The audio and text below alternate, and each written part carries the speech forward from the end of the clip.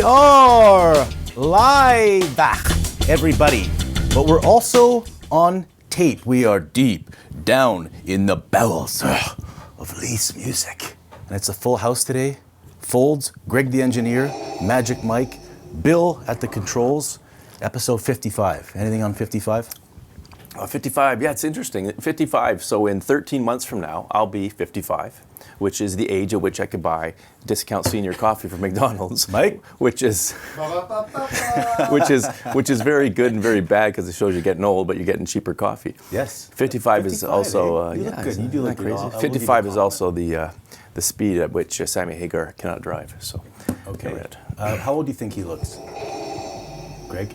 35. Yeah, there you go. A bit older than that, but I'd say probably in your 40s still. That's good, thank you. Magic Mike, we kind of guessed where you were on vacation. We kind of guessed a stuffed animal convention, but where were you? You know, it's amazing. Yes, I was at Furapalooza, which is an amazing event. And as you know, I've got a gorilla suit. And, You do? And, Yeah, and a unicorns. and yes, a unicorn head sometimes. Yeah. And it was just every fur's dream.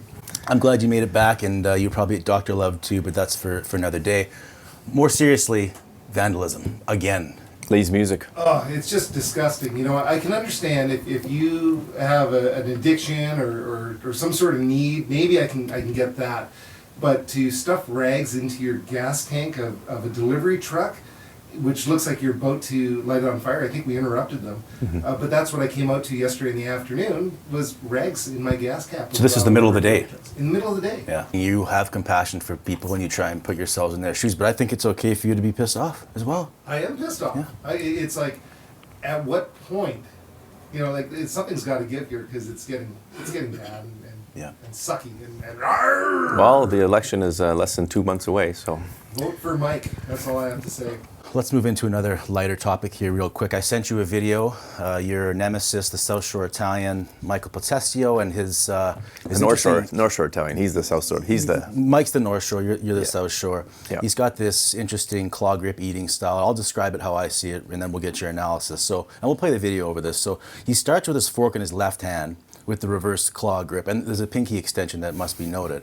And then there's a few little dainty cuts with the knife, important. He then discards his knife while he steadies the fork with his left thumb and transfers it to his right hand before eating. So any thoughts on where this comes from?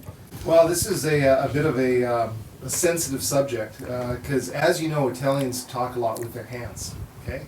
And what happens when you are a young Italian, when your bones are still soft, you're talking, and if you have a loud household, you talk a lot.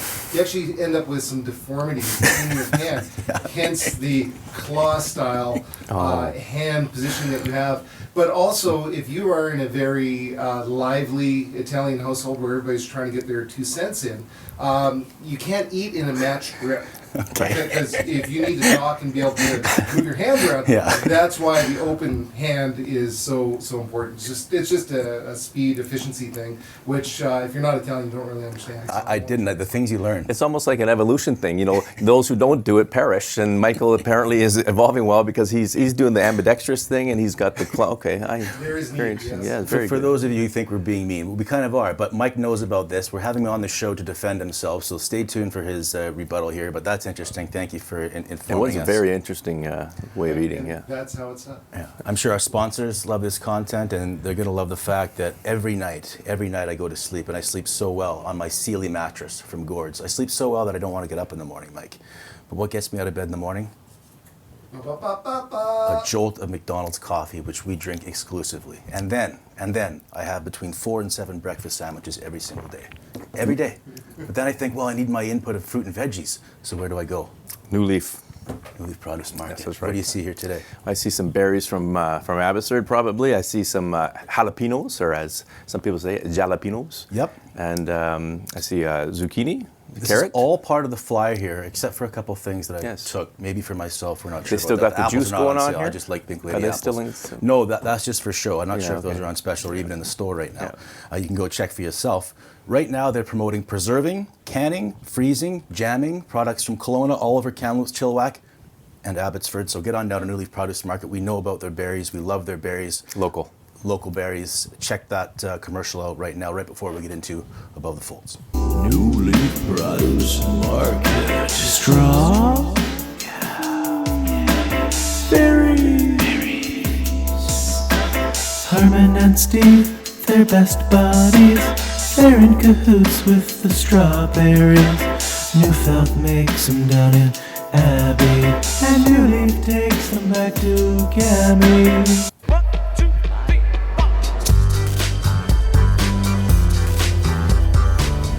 Chris, tell us about this project that's going on before we bring in our guest today. This is a really neat, I called it in the headline a bittersweet project because it is. These are called memory boxes, and they're created by Dayton Fraser. He's a teacher at Clearwater Secondary, and he had his woodworking students create these boxes after talking to a colleague who's I think a family member is a nurse at the hospital, Royal Inland Hospital. So the boxes are made to donate to the hospital, so the staff there can give them to parents, grieving parents, who have gone to the hospital and maybe lost a baby during birth, or a baby dies shortly after birth. Very, very, very tragic thing. It's happened in my family, it's happened to a lot of people. Yeah. So the idea is they're going through unimaginable grief.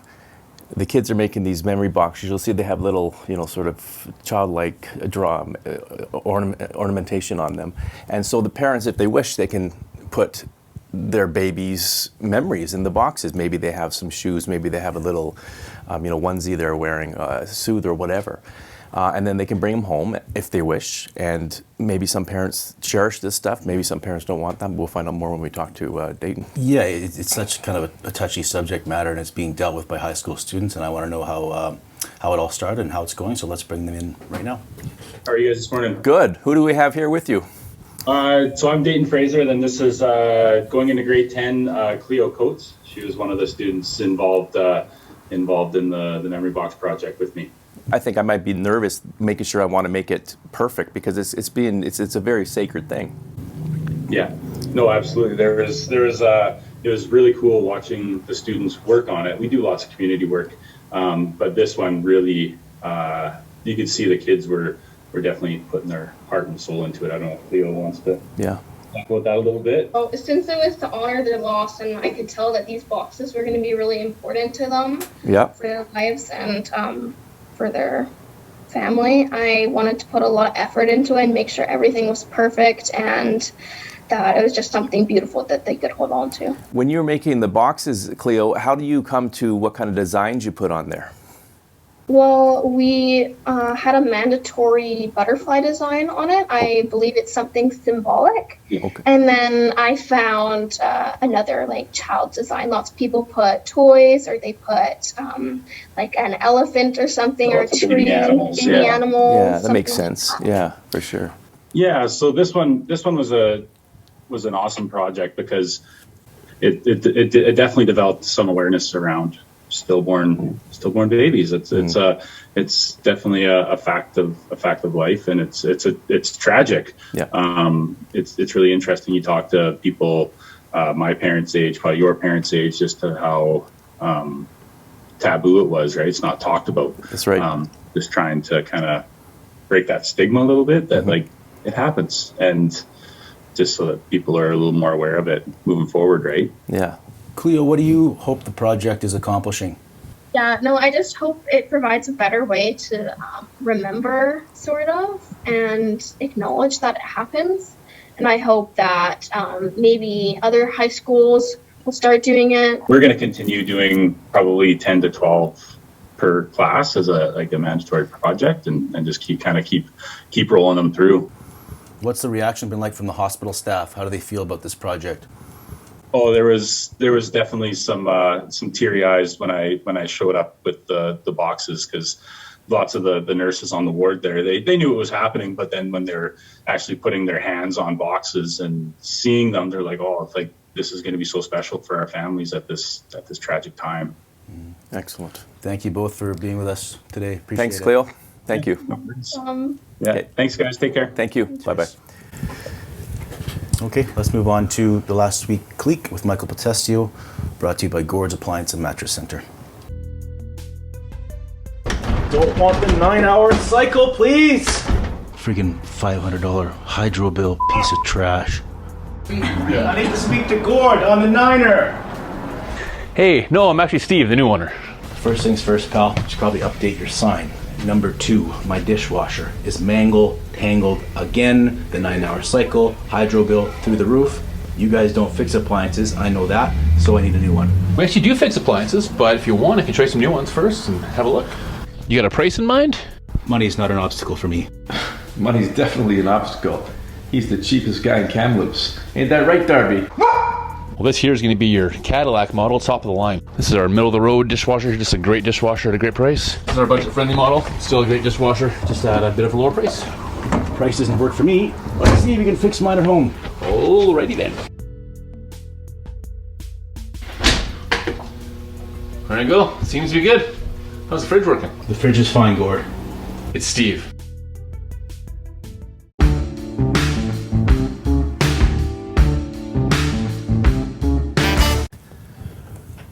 Oh, we're good.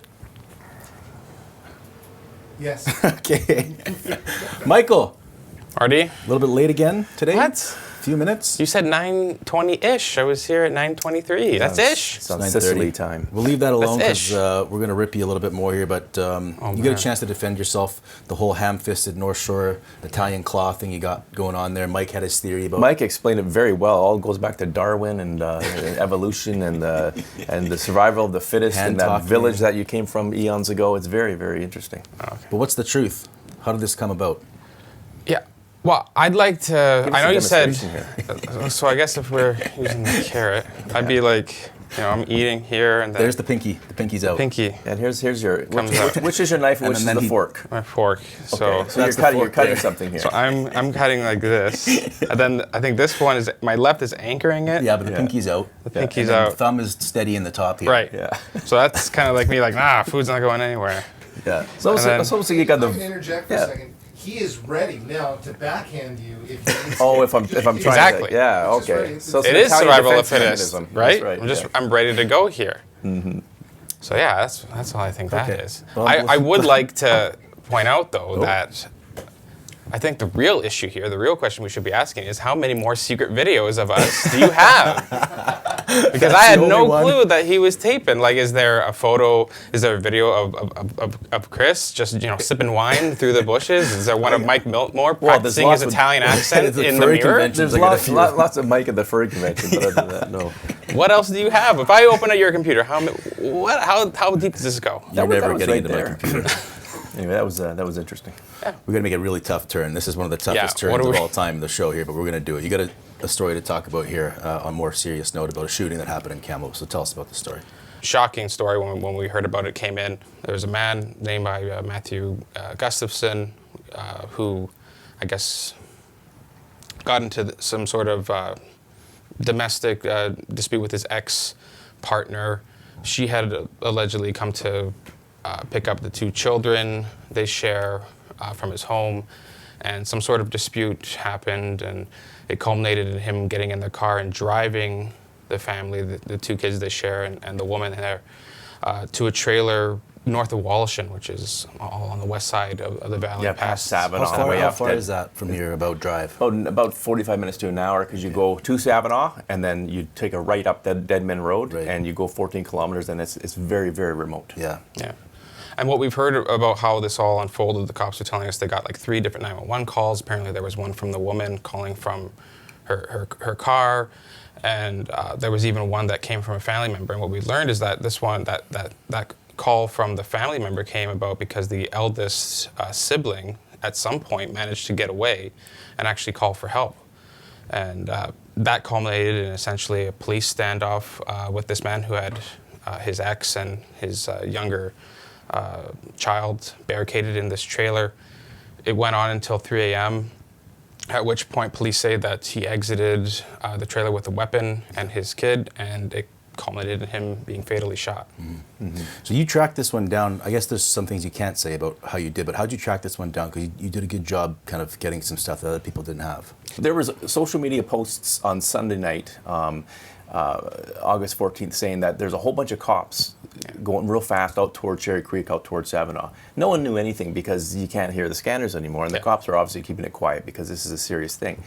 And then everyone knew there was some kind of police action out there, but a lot of times when you see a lot of police going somewhere, it turns out to be nothing because they, domestic disputes, there's zero tolerance. They got to get out there. So not until the next day, I was actually on the phone with Crystal Evelyn, the media officer, about something else, and she said, "Oh, by the way, we're going to have a release from E Division, which is the headquarters of the RCMP, about what happened last night out by Savinaw." And I said, "Oh, wow. Well, if it's coming from E Division, it's got to be serious." She goes, "Yeah, I can't tell you what it is, but you want to watch out for it."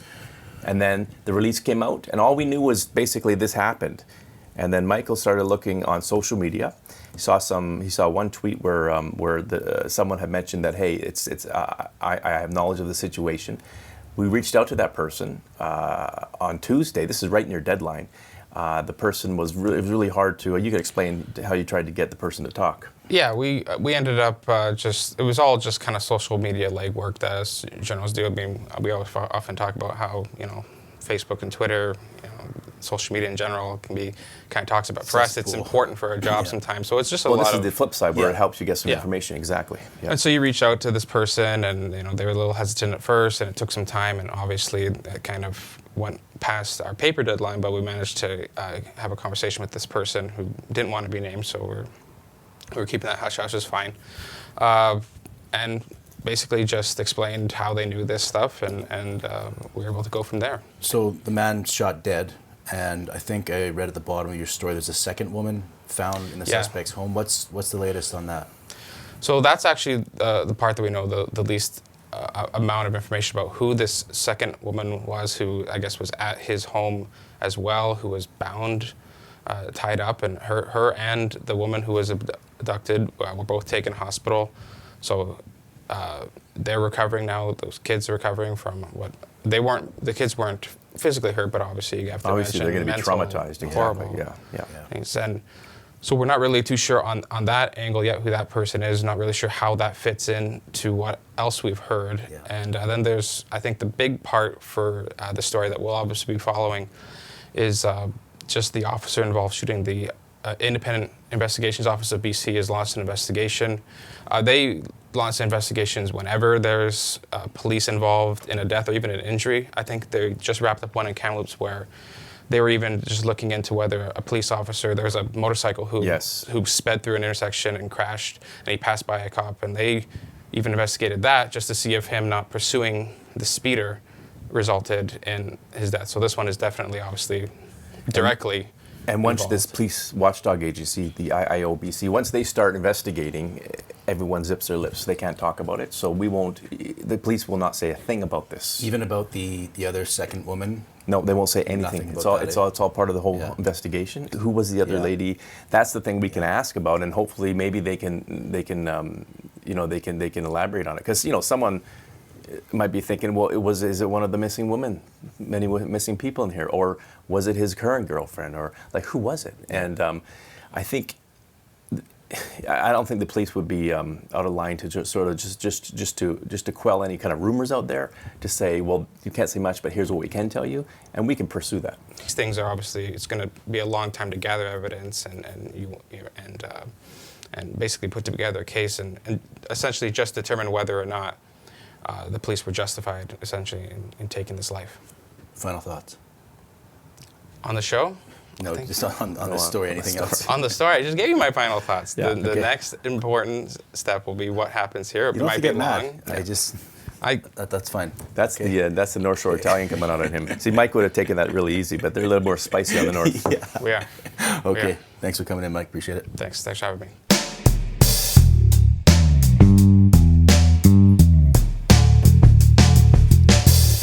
This is actually the first time I'm seeing these photos up close. Look at his arms. I know. He's jacked. He's jacked, man. I know. It looks good. From yesterday, these photos. That's Kyrell Sopotyk. He's a former member of the Kamloops Blazers. Story was a terrible story. Last January 2021, right before his 19-year-old season with the Blazers, goes snowboarding and freak accident. It didn't even look like that bad of an accident at the time, from what I'm told. He just kind of scorpioned a little bit. It's an awkward fall, and he's paralyzed, paraplegic from the waist down. I remember even a couple months is the first time after that I talked to him, and he was already, I'm going to be in a wheelchair, but this is going to stop me from doing anything. So right then he had already kind of switch that mindset. Obviously, he had a lot of terrible days, and who knows how he had the resolve and strength to keep going. But he did. So fast forward to yesterday, not even 2 years after his accident, he won bronze in wheelchair racing at the Canada Summer Games in Ontario, in Niagara. That's a picture of him at the medal ceremony. Just your thoughts on the story in Just general. incredible. Like, that shows you, like, he's got the strongest mind, I think, around, because like you say, how do you go forward when you're, especially when you're an elite athlete with aspirations to play professional hockey or whatever, and this happens. But again, he just says, I guess he's the kind of guy who decides that it's no use complaining or whining or being morose forever. Like you say, he's probably has bad days, but you take what you have and you go and do it, and look at this, bronze medal. I remember his parents were brave. They talked to me a couple days after the accident. They said he was just in his hospital bed, knowing that he's never going to play hockey again. Also, a cool part about this story, this was a comeback win for the bronze. So going into the last lap, he's in 4th place, and he knows he's got to catch a guy. I think the guy was from Quebec, and he's already gassed. The pythons were getting weak from all. Like, if you watch the video, we're going to play some of this video in this interview that we did. So he comes back in the last lap to get that 3rd place finish. And I talked to Kyrell yesterday, so we'll see some of that video and talk to him right now. Your dad sent me some of the footage from the race today. It was pretty crazy. I didn't realize you had kind of made a comeback there at the end. But let's start at the start. How did you feel about the start? It was definitely a tough race. I mean, I was excited for this one, but those guys, they really took off at the start, so it was tough to keep pace. But I see my chance at the end to kind of pull ahead of the one guy and finish 3rd. So I took that, and I gave it everything I had left in the tank. So left it all out on the track to be able to get that 3rd place finish. Going into that last lap there, I didn't realize how hard you have to wrench your arms for that long of a time. You know, basically going in that last lap, I think you're about 3 minutes into wrenching the python. So how sore are your arms getting at that point?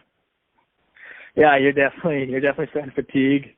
I mean, for me, it was just determination. I mean, you wanted to get that finish line. I know, like, you wanted to pass that guy, so I mean, you kind of just push through it, but yeah, it's definitely hard. I was definitely gassed at the end. My arms were getting sore. It's kind of neat, just a comeback on the final lap, and it's all part of your kind of greater comeback. And what was going through your mind when you crossed that finish line and realized that you'd hit the podium? I think it was just super exciting first off, but I think it was super rewarding. I mean, just to know, like, what I've been through and then the hard work I've been putting in towards these sports. I mean, to see it finally pay off, yeah, it's amazing. It's a good feeling. What was your parents' reaction when you saw them? Super excited. I mean, just to have them there. They haven't really had the chance to watch me too much in person, so for them to be able to come out to Niagara and cheer me on, and then, win a medal with them, seeing them after was pretty special. I mean, just giving them a hug, and they're proud of me, so. It really hasn't even been that long since your accident. It was January 2021. It's August 2022, and you're a Canada Games bronze medalist. So how have you managed to come this far in that short of a time? I think just from the start, I mean, as soon as I had my injury, I mean, I looked towards wheelchair sports to help get me through it. And I mean, the season that, I mean, and then, it's like I said, knowing that this hard work's paying off now, so it's been huge. I mean, sports have been a huge thing to help me move forward and move on with life. And I mean, it's been awesome. The opportunities I've had through sports already has been tremendous.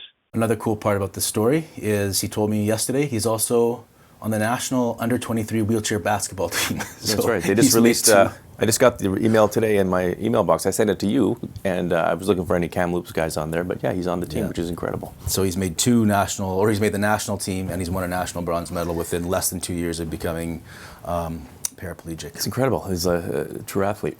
Yeah. Okay, that's it for that segment. Let's move on now to Foulderdash. Foulderdash? Foulderdash. Foulderdash? Foulderdash? This segment, I can see the confused look on your face already. Today, in Foulderdash, which is a segment that combines your love of the English language with your tendency to blow up on social media, Canadian anger. BC Lions, thrilling victory. Yeah. 41-40. Oh, one of the greatest games of all time of any pro sports anywhere in the world last weekend. The kid came through, Nathan Rourke, with probably the greatest receiving corps of any pro football team ever assembled. And they were down at a couple points by 12. They're down 20-3, And then with like 3 minutes left in the game, this is the great thing about the Canadian rules, anything can happen. In the NFL, they'd be walking off the field by then. They were down by 9 points with 3 minutes left, and they came back and won on the last second field goal.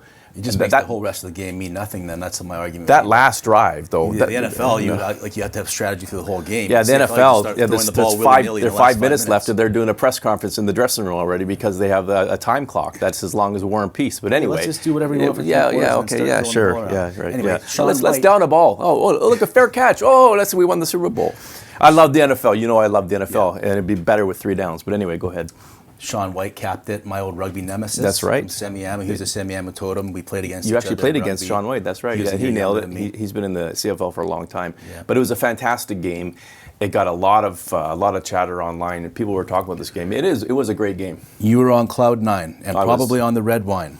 Well, what happened was I had a cousin I hadn't seen since 1990s come in from Calgary on his way to get married in Nanaimo, and we had him over for dinner, him and his fiancée and his kid.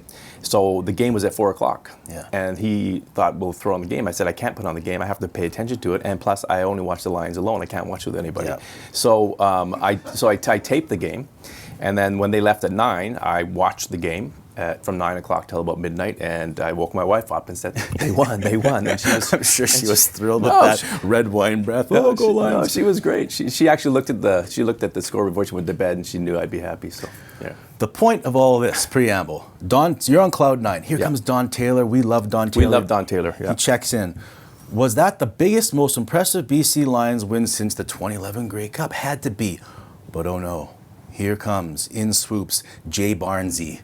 Concise, like you. CFL sucks. Yeah. That's all he said.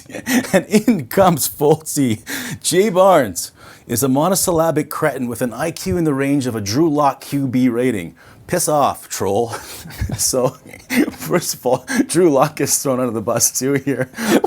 Well, he's obviously a guy who only watches the NFL. So I thought, well, let's pick a quarterback near geographically to Vancouver sports fans' hearts, which is Drew Lock, who's going to lead the Seahawks out of the playoffs this year. He's not a very good quarterback, so hence the reference. Yeah.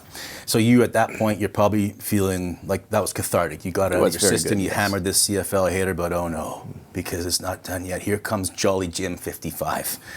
Was not aware the CFL was still in existence, he says, and here comes Foldsy.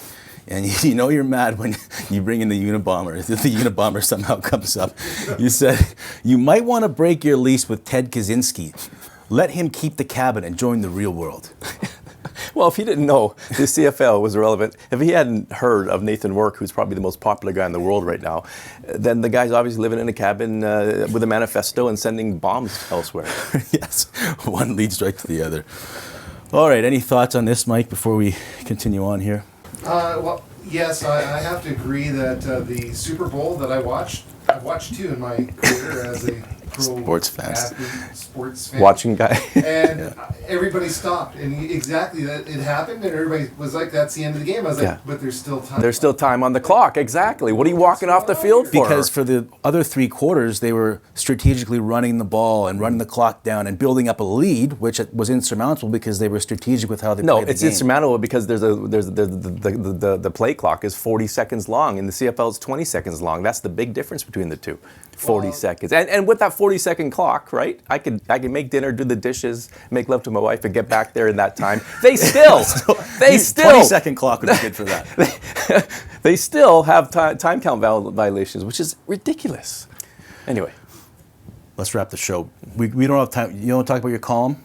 No. Okay, no, we're fine. Yeah, nobody does. Let's move on. Let's wrap the show here. It was a great show today, I thought. Clearwater. It's very interesting. Very like I said, it's a bittersweet project, and it's good on those kids and on Dayton Fraser, the teacher. That's really quality teaching up there. We thank Michael for being a good sport. Mike Miltimore as well. Welcome back from the convention.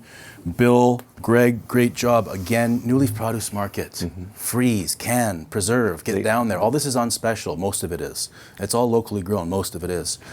Gord's Appliance and Mattress Center and Gord Stevens take center stage next week. We love McDonald's. Mike, one last time. And we love our last week clique. We'll see you last week.